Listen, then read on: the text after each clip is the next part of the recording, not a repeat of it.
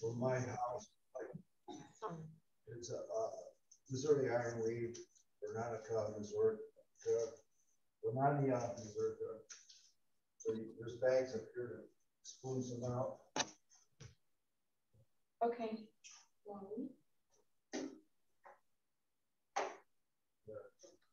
Third cardboard box. This is American Beautyberry from seed. Seeds collected in the West 11th Street Park on the Loring Cherry Nature Preserve.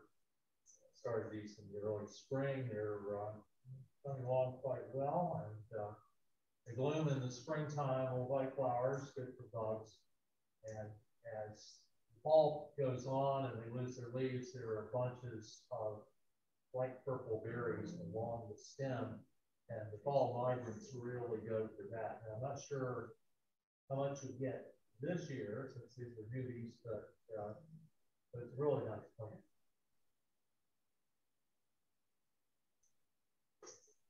Okay. Did anybody else bring? Oh, yeah. Linda Knowles has some special seeds. So maybe the best contacted us, and she packets 50 seeds so that everybody could get like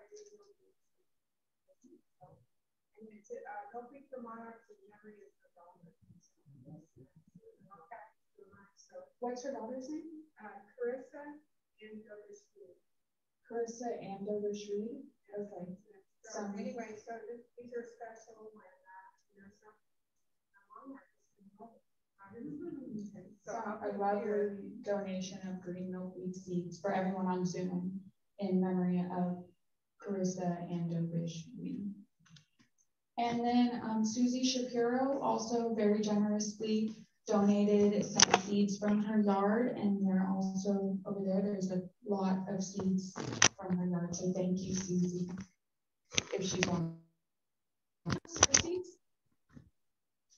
Okay, we will go ahead and introduce our speaker.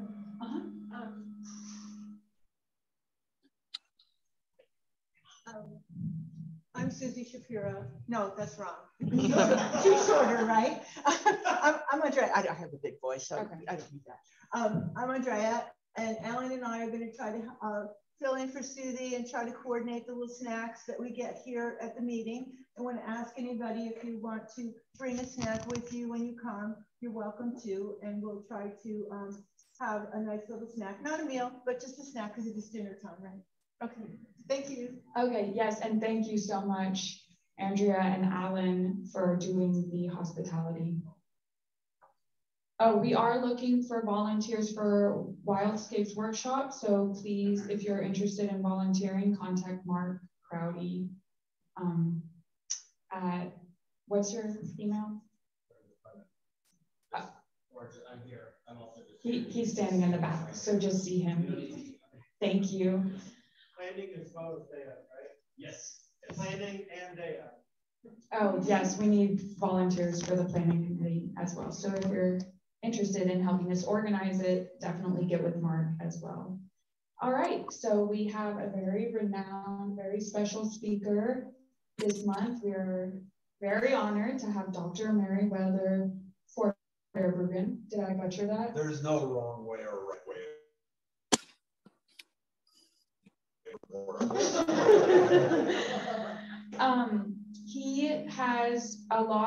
He has a very impressive resume. He does the medicinemanplantco.com where you can buy some herbal products of his.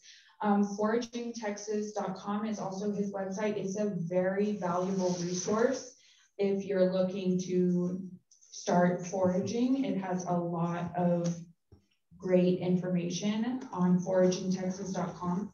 He also has 16 patents as a published chemist, and he's done many foraging walkabouts, interviews for radio, TV, and podcasts. He's written articles for magazines, and he also has written his book, The Outdoor Adventure Guide of Foraging.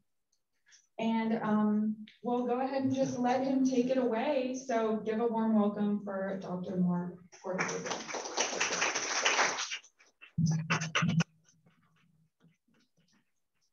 I'm gonna try it without the microphone. I'll use my outdoor voice. Can you hear me in back like that? Okay, good. Because I need both hands to talk. And so holding a microphone isn't gonna work. Yeah, so my book, my products, my websites. Also excited today, I was talking to Treaty Oak Distilleries. We're gonna come out with a Merriwether gin, and been working with Beerberg, a brewery up in the hill country, coming out with assorted wild-based beers. I have the liver pill, by the way. All right. Disclaimer time. So the FDA disclaimer, you should consult a licensed healthcare professional before starting any herbal supplements, especially if you're pregnant or having pre-existing conditions or medical conditions, injuries. These statements of the following talk, so I'm actually talking about medicinal plants. These statements have not been evaluated by the Food and Drug Administration. These products are not intended to diagnose, treat, cure, prevent any disease. Yeah, okay. So my background, I actually wanted to be a pharmaceutical scientist. I have a master's in medicinal chemistry, a PhD in physical organic chemistry. So I wasn't the one making molecules. I was taking the molecules that man and God had made and applying them for the good of mankind. Right after graduation, though, the oil industry said, hey, we got money. And it's like, oh, I've never had money before. But I spent 16 years with the oil industry where I used my knowledge of natural products to replace a lot of traditionally bad oil field stuff with natural products. These 16 patents, my first was using cinnamon as a corrosion inhibitor. The last several were actually replacing oil field cement with a cement made using an enzyme taken from the jack bean and mixing it with urea, and it precipitates cement. Way easier than all the other cementing type stuff involved. So that's what I was doing. So when I'm talking about medicinal properties of plants, as a scientist, I need proof. So as we go through the presentation today, and I have all these medicinal properties, there is scientific research backing them. You can find the scientific research yourself at the National Library of Medicine's website. It's pubmed.gov. I will also mention this presentation will be put up on the Native Plant Society YouTube channel. So you don't have to secretly video it. You can just pay attention. Yet. Whoops. At least that's what they told me. Maybe not. Yeah. Although so far it's not shared. It's not sharing. Yeah. Bad computer. No, I didn't do it. Okay. So yeah, so that's where I get all my scientific thing that try and get the papers, and even with Medicine Man, Plantco, and all these PubMed.gov. It sounds like a resort, but yeah, it's actually a really good thing. You can just put in the search thing, dandelion medicinal, and it'll bring up hundreds of research that's been done all over the world on the medicinal properties of dandelions, heals all, and sunflowers, and things like that. So this is where most of my information is coming from. Is that not, oops. Okay, throughout the class, well, we'll call it a class. Throughout the presentation, I will be referring to tisanes and tinctures. A tincture is where you soak the plant in alcohol. A tisane is just a fancy herbalist way of saying tea. To an herbalist, to be called a tea, it has to have the Sensinea plant. Otherwise, it's a tisane, which is just a hot water infusion. I find it's just easier to stay on the good side of other herbalists, and so we're going to call it a tisane. Basic rule of thumb, the recipe, and I will actually have it at the end of the presentation too. When you're making a tisane, you will use 1 teaspoon of dried plant material in 8 ounces of hot water. Let it steep 10 to 15 minutes and then strain out the plant material before you drink it. Are they getting it? Yeah. Okay, good. I do mention dried plant material. If you remember, well, you know plants. Plants have a cell wall. It's a hard, rigid structure that keeps everything inside the plant inside and everything outside. If you just take fresh leaves and put them in either the hot water or the alcohol, there's no escape route for these compounds you want. But if you hang dry the plants for about 2 to 3 weeks, there's actually an enzyme in there whose purpose is to start breaking holes through the cell wall. How many of you freeze green beans? A few of you, you blanch them first, right? You stick them in boiling water, because if you don't, they turn to mush in the freezer. That's because that enzyme, even at freezer temperatures, is chewing away at it and destroying the cell wall. So if you want to have nice, crisp green beans, you boil them for a second or 30 seconds and then freeze them. But when you're trying to make herbal medicine, teas, or tinctures, you want that enzyme to chew the holes through the cell wall. After about 2 weeks, there'll be plenty of openings. The water will evaporate out. Once the water is gone, that enzyme stops, and you've made plant jerky. But now when you put it in the water or the alcohol, there's all these escape routes for the compounds inside the cells to finally get out. If your house doesn't look like a witch's workshop, you're not doing it right. My neighbors are used to me, so are the local cops. Anyway, so tisane is in hot water. Tincture, in this case, we're doing 1 weight ounce of dried plant material in the 4 fluid ounces of alcohol, usually 80 to 100 proof. At 80 proof, that is shelf stable. That will maintain the integrity of the compounds indefinitely. So there's several reasons for doing, do we want to do it tisane or as a tea? Some people can't take alcohol, so it's better for doing a tea, or you're taking it at work. Most people don't have jobs where you can drink during the day, unless you work at a brewery. But anyway, yeah. So, but these are the basic dosages and directions for making them. Jumping in. So live oak. How many of you thought live oaks were medicinal? They're actually amazingly medicinal. And in particular, the oak gall. Have you ever noticed this weird wooden ball on oak trees? So that is what happens. There's these things called solitary wasps. They're even bigger jerks than regular wasps. As they come in, they plant their eggs under the young tender bark of at the end of an oak branch. And along with the egg, they also deposit some chemicals that change the DNA of the tree to cause it to grow this wooden ball around the egg as a protective nest. The tree hates this. It doesn't like having its DNA messed with. It's not going to get superpowers out of it.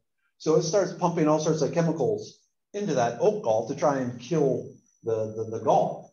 And one of the main ones is a compound called gallic acid, because most chemists have no sense of imagination. But what's really cool about this gallic acid is it is antimicrobial, antifungal, but the coolest thing they found is that it helps reduce the symptoms of Parkinson's disease. There's a whole bunch of work going on. It was first figured out about 3 or 4 years ago now, pre-COVID, but not much before COVID. Parkinson's disease, what happens is you got these clumps of proteins gathering on the neurons between the brain cells, and they interfere with the signal. The gallic acid comes and disrupts this clustering. And in some cases, they found they've even reversed itself. So there's a whole lot of work still going on that just going out and sucking on these like a gumball isn't quite what you need to do. But for especially the antibacterial and antifungal, and this can be used internally or externally for infections. It's just 5 of these oak balls crushed up. You want surface area. The more surface area, the more escape routes. The nice thing about the oak gall is you don't have to dry it for 2 or 3 weeks. You just chop it up, crush it up, and throw it in your neighbor's food processor when they're out walking the dog or something. My neighbors love it and hate me, but grind it up. So you want 5 of those boiled for about 5 minutes in 1 quart of water, and then use that, like I said, as an internal or external wash. I spend a lot of time out in the wild. That's pretty much my soap right there. So like day 3, I'm getting kind of funky. It's time to remove the funk. Sorry, I suddenly went musical. You crush these up, boil it, and give yourself a nice sponge bath, and you hold off those fungal infections for just a few more days. So the oak galls, these round wooden balls, and now is the time of year to get them. Yes? Is it only the live oaks? Yeah. So the question is it only on live oaks? No, they're on all the different types of oaks, on the pin oaks and the water oaks and all the myriad oaks we have. Other trees also develop galls similar to this. They do not have the same medicinal properties. The hackberry is very common to have galls on the hackberry. The hackberry is like this depressed suicidal tree that has no desire to protect itself. It just goes, I'm dead, and falls over on your garage. The oak trees, they try and live a long time. So they actually have a very vigorous immune system. Okay, any questions about the oak galls? So now is the time of year when you want to be out looking for them. The galls are just getting up and ripe and ready to pick. If you don't see a hole in it, either the tree successfully killed it, or you are going to end up with a live wasp in your house. So I recommend, like after you're getting it, putting it in a baggie, throw it in the freezer for a week, and then let it go from there. All right. Ball moss. How many of you have ball moss growing in your yard? All right. This is a cool plant. You're certainly gonna go, whoa, I'm not gonna kill it. Well, you are, but you're gonna eat it. So the ball moss is really neat.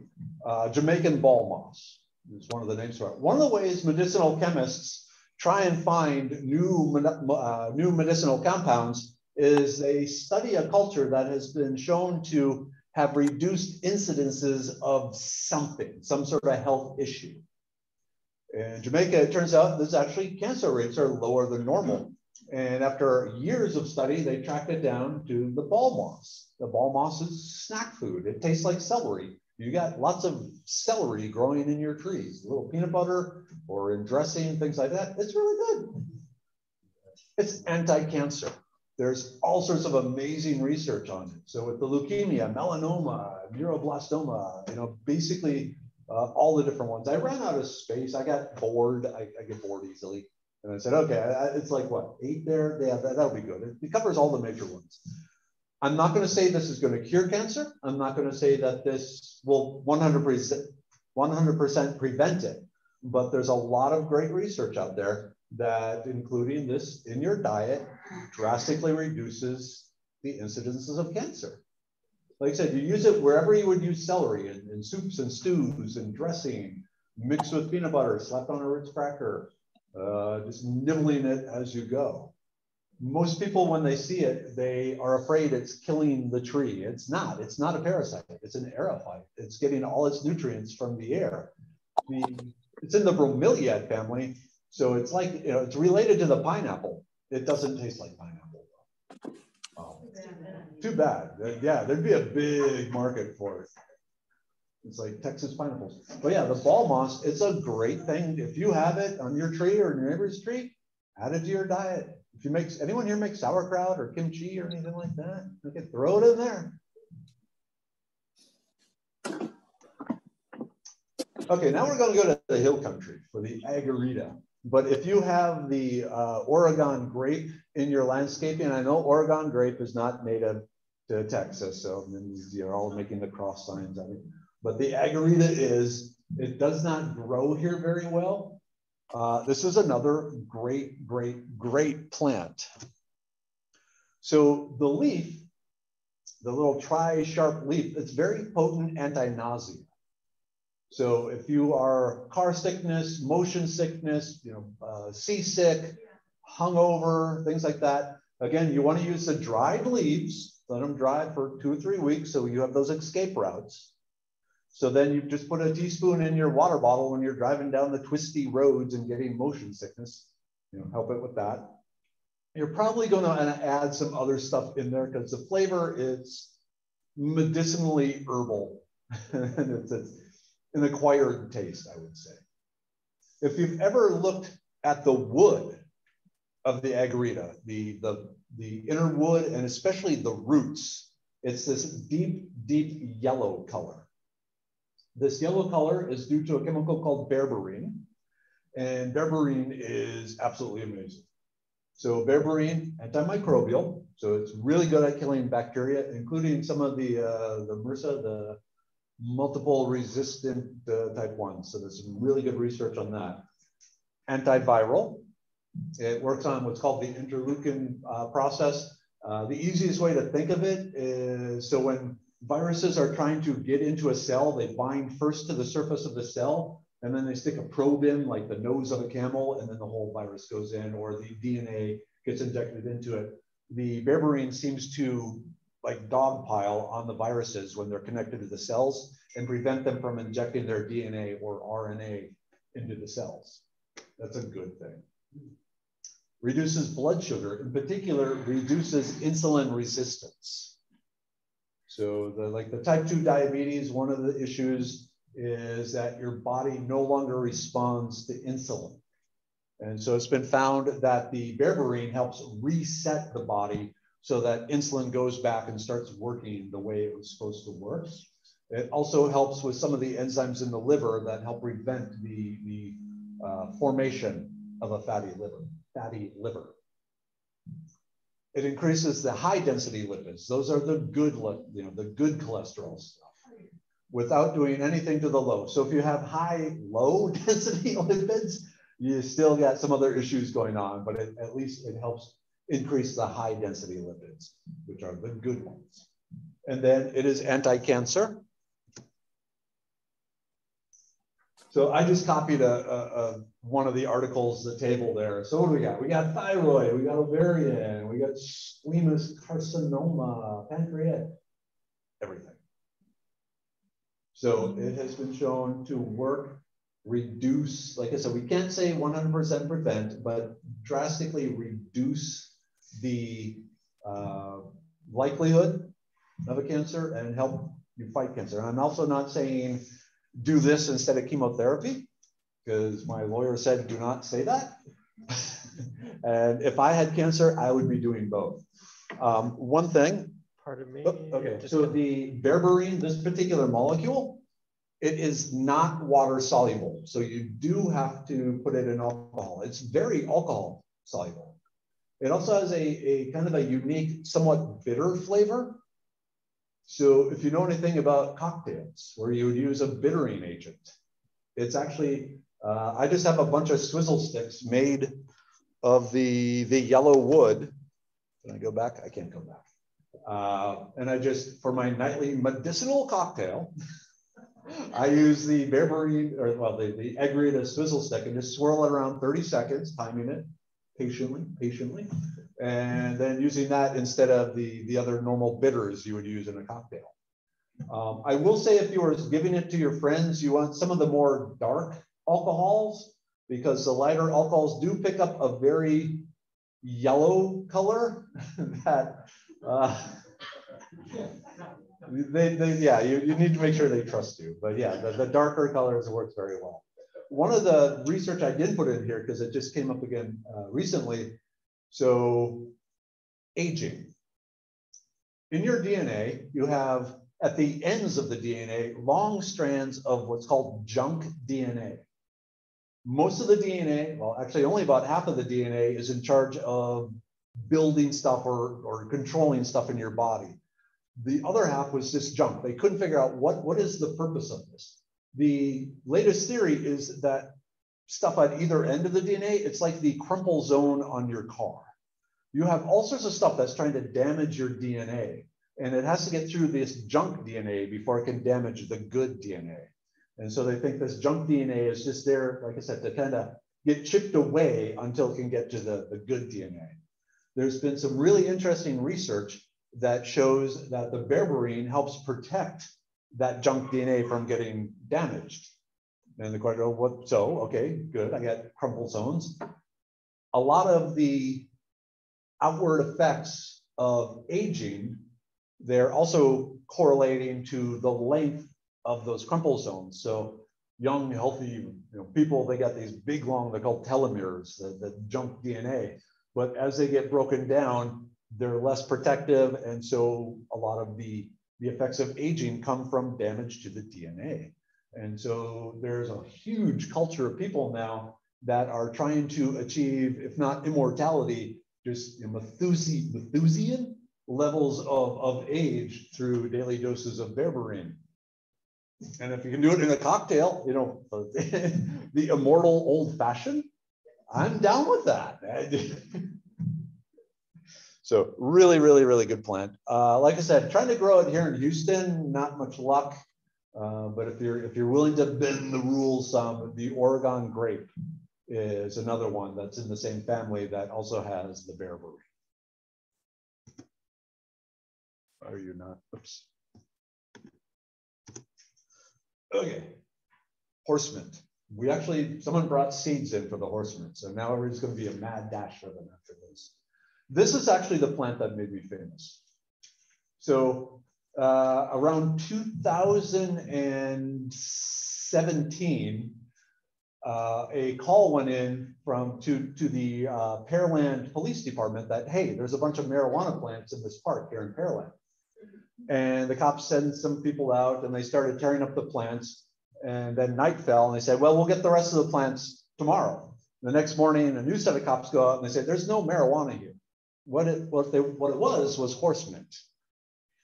So this actually happened to be on April 1st. So I don't know if someone called in a fake report or if someone actually thought it was, marijuana. Anyway, the fact that the Pearland cops tore up all this horse mint made it into ABC, NBC, and CBS nightly news, and all of them posted the link to my website on it. So fondness for this plant. Okay, so now we're talking a tea here. You can make a tincture, but this is one that I think just makes a very nice tea. So again, antimicrobial, anti-inflammatory. That's something I use a lot for. I'm very hard on my body. It is a diuretic, so keep that in mind if you got a long car ride coming up. Reduces muscle spasms, another very important thing. An expectorant. Stimulates appetite. That's one of the downsides. A lot of the bitter herbs, they actually do stimulate the digestive juices, which stimulate the appetite. So it is kind of a plant. You need some willpower if you're going to be taking it, but also an anti-parasitic.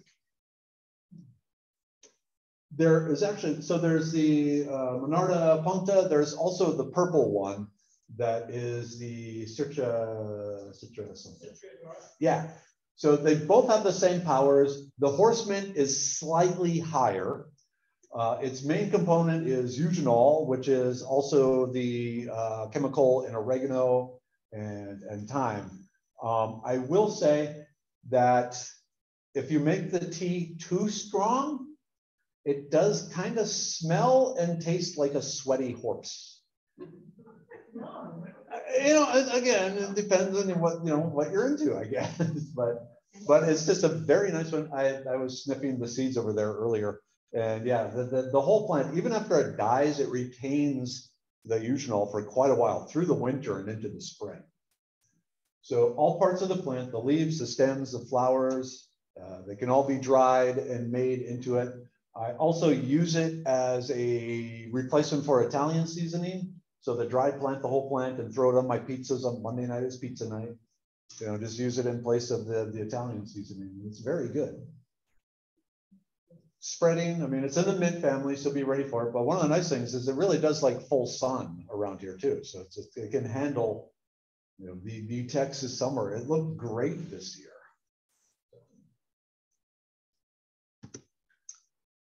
Another absolute favorite of mine, Healsol, Prunella vulgaris. I'm trying to decide if there's a more medicinal plant out there, and off the top of my head, I'd say no, but this is amazing. So this is it's a mint. You'll find it. It's a wintertime mint here.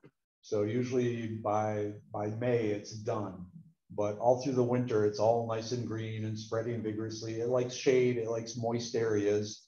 A number of places sell it. If you can get a cutting, it's a mint. It will grow from a cutting. You're good to go. So you can either do the tisane, usually the tisane, because this is another one that I think just the flavor profile, it does not taste like a sweaty horse.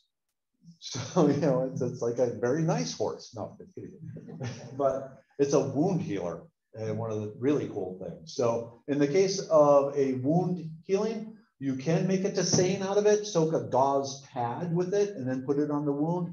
This is particularly useful for diabetics that are very slow to heal.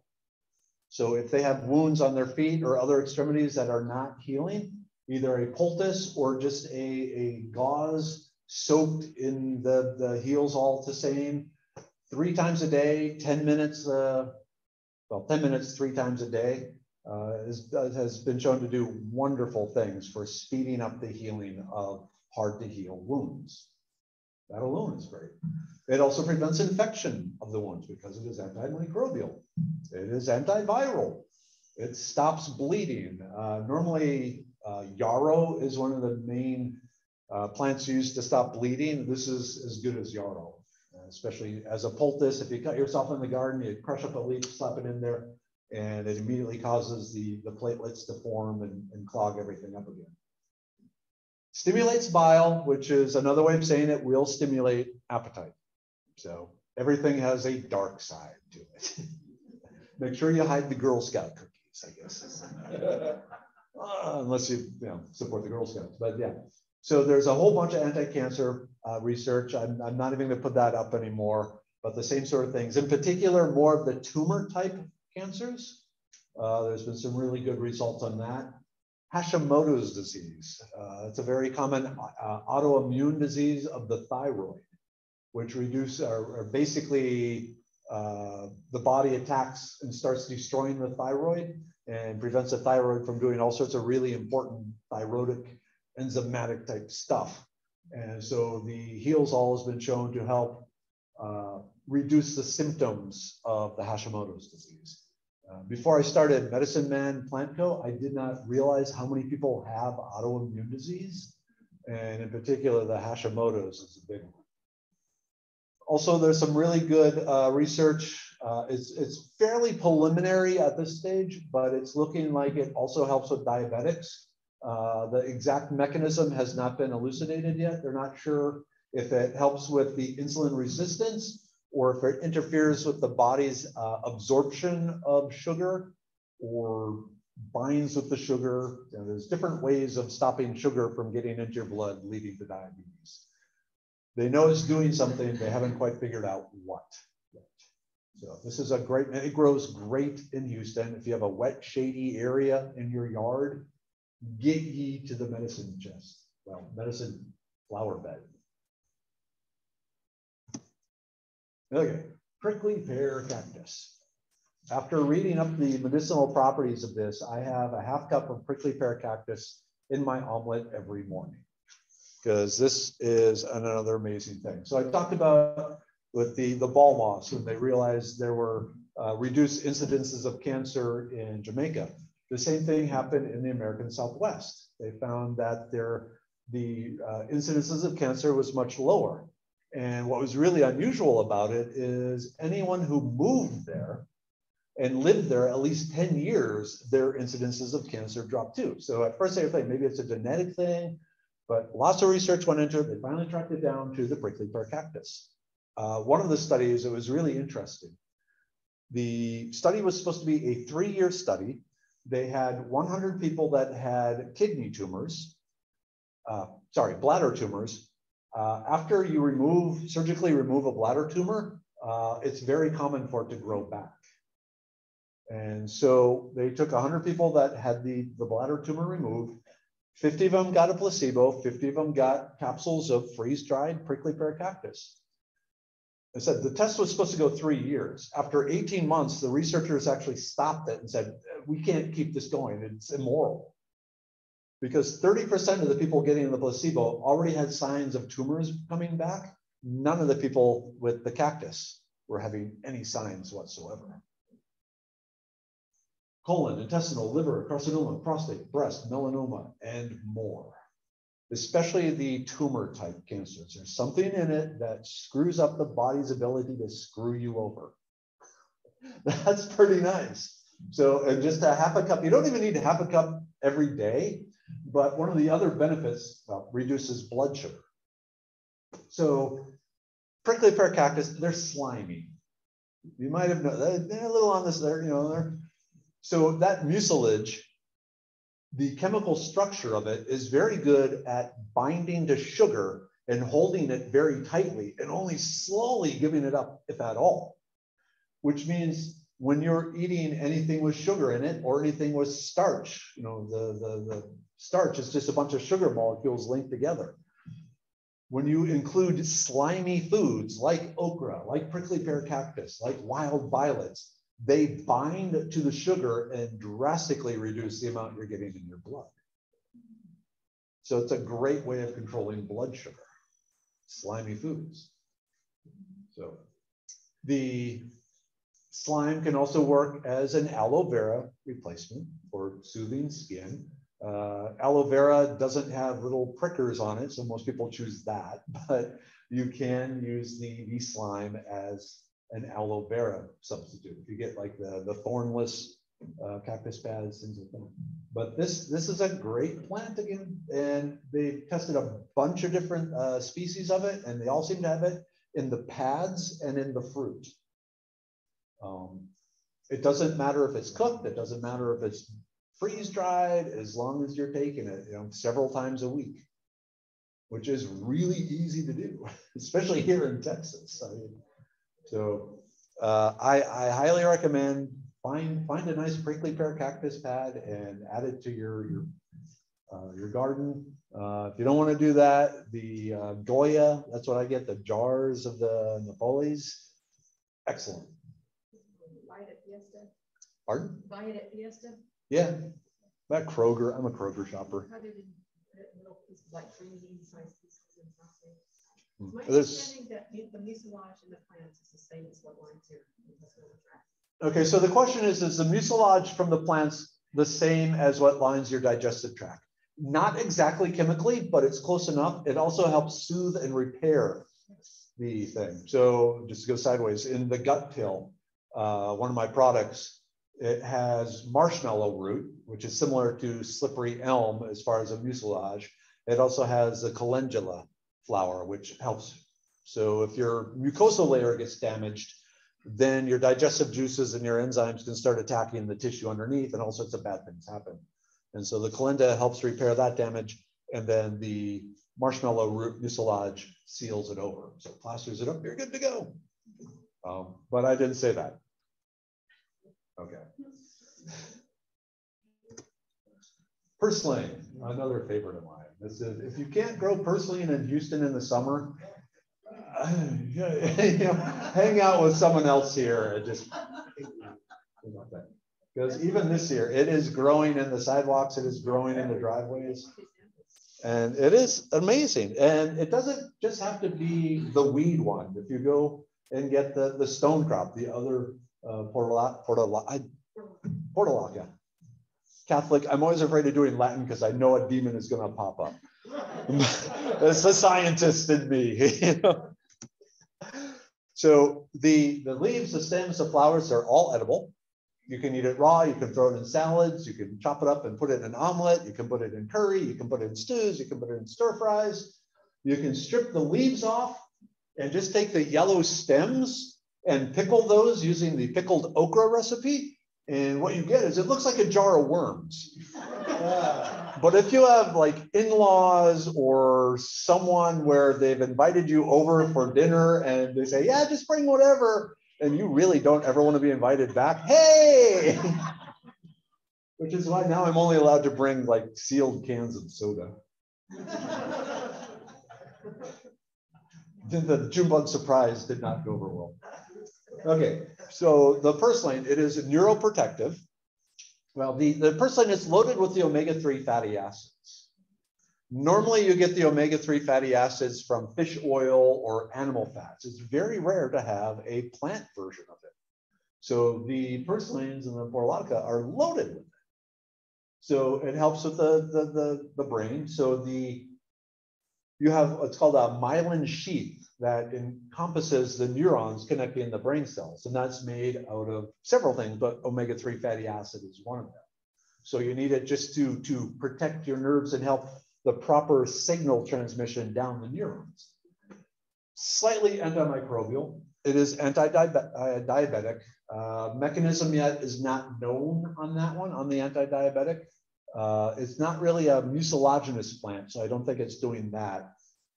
More likely, if I had to guess, based on some other things, it is interfering with the absorption or transfer of sugar from the digestive tract into the blood.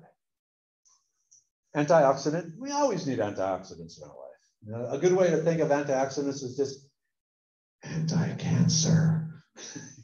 So it just helps protect your DNA from attack by free radicals. Anti-inflammatory. So another good one, if after a hard day of gardening and, oh, why did I do that? You want some purslane. Maybe, I don't know if you can make a purslane cocktail. I'm willing to try. But also anti-ulcer, it helps soothe and repair ulcers. So another good thing. It's a weed. It's a weed. It's grown everywhere. Oh, side note. So just in case you don't know this, if you just yank the purslane out of the ground and throw it aside thinking, aha, I have killed you. No, you haven't. It contains enough water in it to do an entire life cycle going from no flower to seeds without having any roots in the ground. So all you've done is spread it somewhere else. What I've been doing? Pardon? Is that what I've been doing? Yep. You're spreading it. I have trouble growing it. It wants to grow in asphalt. Yeah. It doesn't want to grow wherever. Oh, it hates nutrients. Okay, I hope this is not like I have 2 teenage daughters. It's like it's their diet plan. I'm just gonna drink coffee and lipstick. I don't think that works, dear. Oh, have you seen the guys up? Oh, no. But anyway, yeah. So a very, very, very, very good plant. When just eat it, however, put it on a sandwich, put it in your salads. It's good stuff. Just raw. You can cook it, but it's tasty raw. It has a slight salty flavor to it, which is, 5 minutes. Okay, this is all right because we're coming up to the end here. Frog fruit. I love frog fruit. I think we should get rid of St. Augustine and make it a law. It has to be frog fruit. Yeah. So, antimicrobial, anti-diabetic. Well, I have anti-diabetic twice. Anti-inflammatory, also, but liver protection. So it's just a good thing, when you're doing all those medicinal cocktails, finish it off with a little bit of frog fruit. And it is actually the leaves and stem, not the flower head. The flower head is very interesting looking. But that's not the part you actually want. You want the leaves and the stem. Okay, and just again to remind you, the recipes for the tisane and the tincture. Like I said, this presentation will be put up on your YouTube channel, so you can go check it out there. So I guess we have a few minutes for questions. Can you go back one slide to that Latin with the one more. I get a different Latin. So there's 2 forms, and the phyla. Yeah, and they both have the similar properties. So in a lot of plants, there's the splitters and the lumpers when it comes to, I'm a lumper. Life's too short to measure things to, says the chemist. But all right, you had a question? Yes, for the prickly pear, how do you prepare that? Oh, and can you repeat the question? Okay, so with the prickly pear cactus, how do I prepare it? So I just use the Goya stuff. I got 2 eggs cooking. I pull it out of the jar. I chop it up into little pieces, put some cheese down, put some of the prickly pear cactus, put some more cheese, fold it over, salt, pepper, some sriracha. Yeah. You can also put it in smoothies. It's kind of a slimy smoothie. But, if you got a lot of fruit in there, the fruit has the fructose, which is probably more than you need. So, oops, that isn't the. Did you ever do it from the pads and get the little stickers off of there and burn them off? Yeah, so the question, how do you get the little sticker, the glochids off? And yeah, burning is my technique. The part of it is you want to get them when they're really young. That's the first step. Later in the year, they're very tough. Later in the year, if I feel like I need to do some sugar control, I will fillet the outer skin off, use a fishing fillet knife. So what's inside then is this, it's basically like a big green chunk of liver, because it's just this slimy, textury thing with these veins through it. You take the veins out, and then that goes just blended up and thrown in curry. But the younger pads, think of them as a big flat green bean with a side dish of slime. What about the tuna food? What goes on? So the tuna is really good, and there is the anti-cancer properties in that, but you'll have to come back in the fall for that. Yeah. So. Any other questions? Yes. Oh yeah. So can I have this? So this is the book, and even though the publisher wanted it to cover all of North America, so there's like a little map where you can find that, there was no travel fund involved in this. Luckily, Texas has 14 ecological zones, so it was very easy to find 70 plants and mushrooms that are found not just in Texas, but places of lesser importance. So everything in this book can be found, and actually a number of the pictures were taken here at the Houston Arboretum. Oh, I get to do the rock star thing. Can you show the camera? To the camera? Yeah. What was I going to say? Oh, so also some exciting news. I was talking to, so Kelsey is the education coordinator here. This is actually where I started teaching way back in 2008. Then COVID hit, knocked it out. But I'm going to come back and start teaching cooking classes with wild edible plants. So making pasta, making candy, making cheese, things like that. So that's going to be, so keep an eye on my websites and their websites, and you'll see that. All right.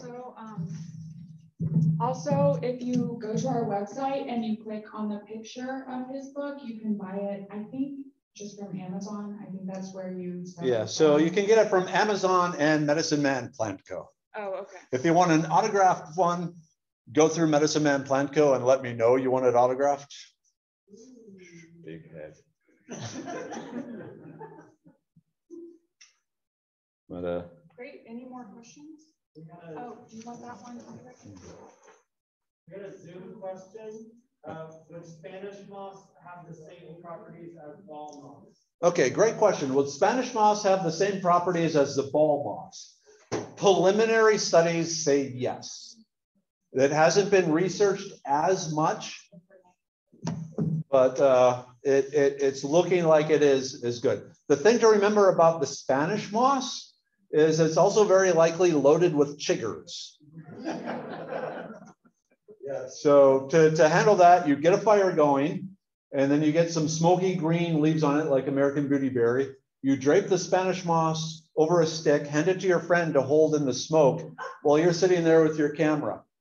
Because suddenly you'll see this big red wave come out of the Spanish moss and come charging down the stick, and hilarity ensues.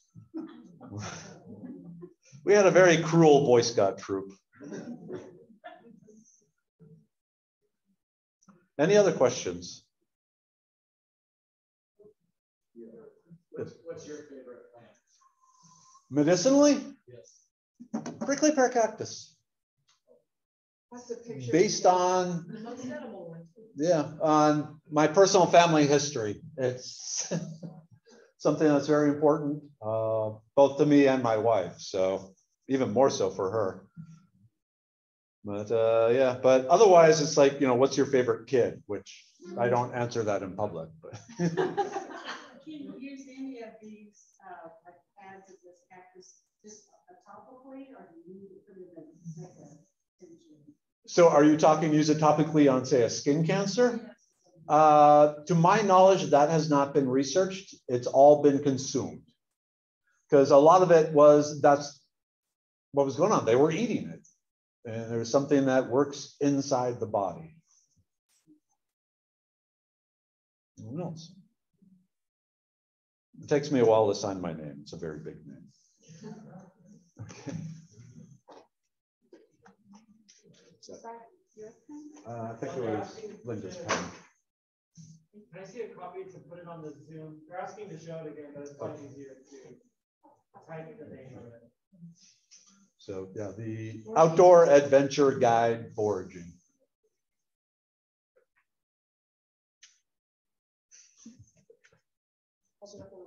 It's also on our website. Yeah. Our website. And do you have it in? Oh, this isn't you. But they usually have copies of my book at the gift shop here too. for the Texas. National, yeah. But the other one, Idiot's Guide Foraging, is out of print now. So, plus I don't get royalties from Idiot's Guide. They find an idiot to write a book, and they got one.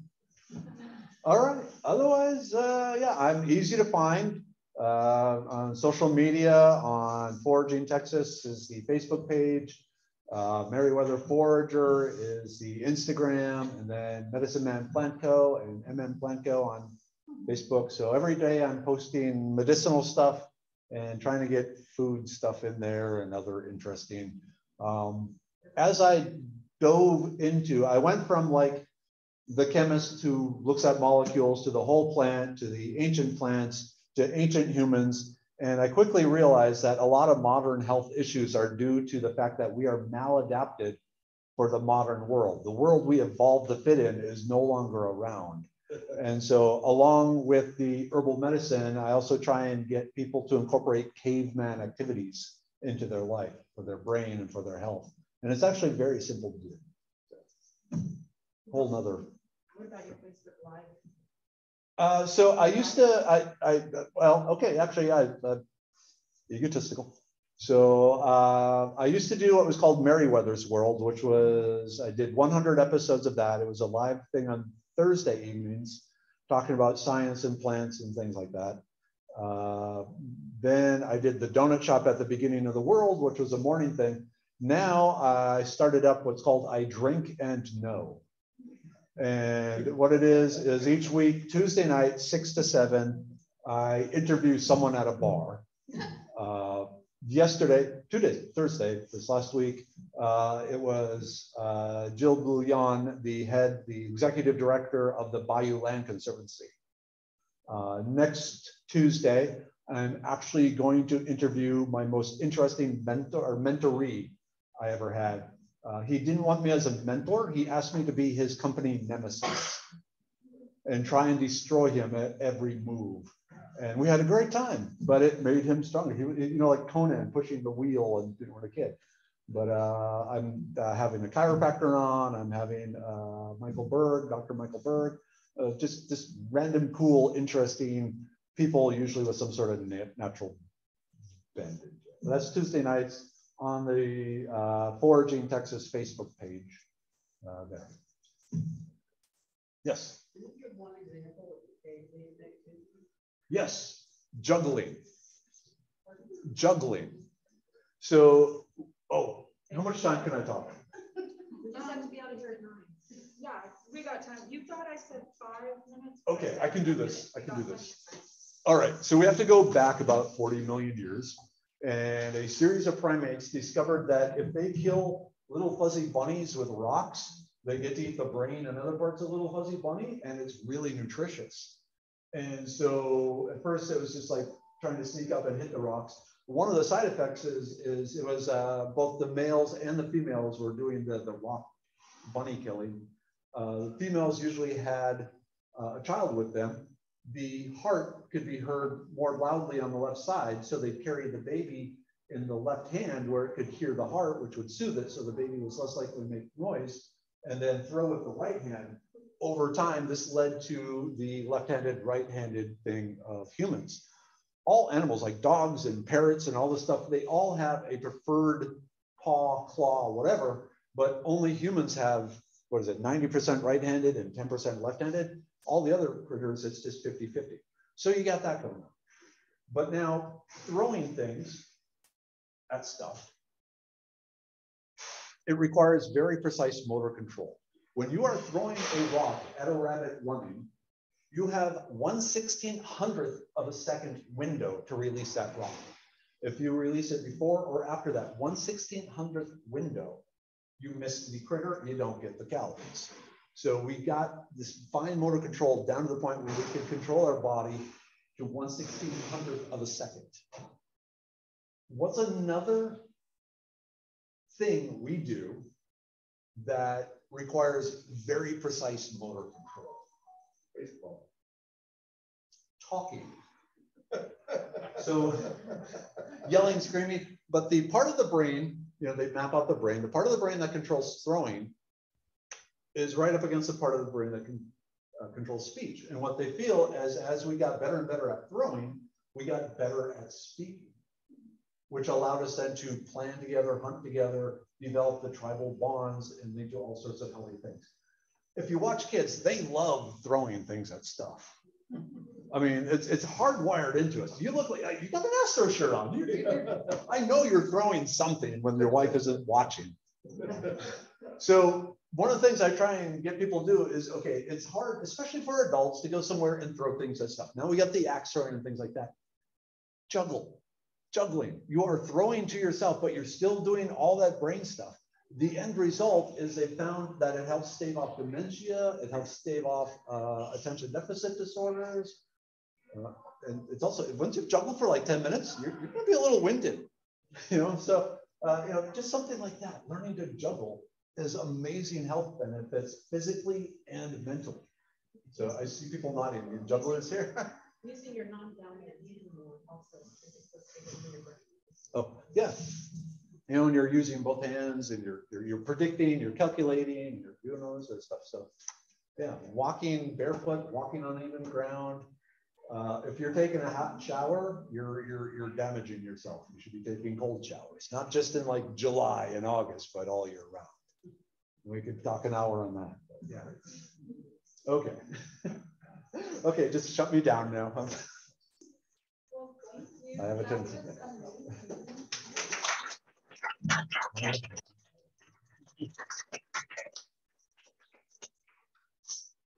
All right. Please don't take an entire bag. Try to put it in, you have to use envelopes to try to put it in an envelope. Do label your seeds. Thank you. So you That's don't great. forget I'm just what gonna they are. stop our recording. Oh, yeah.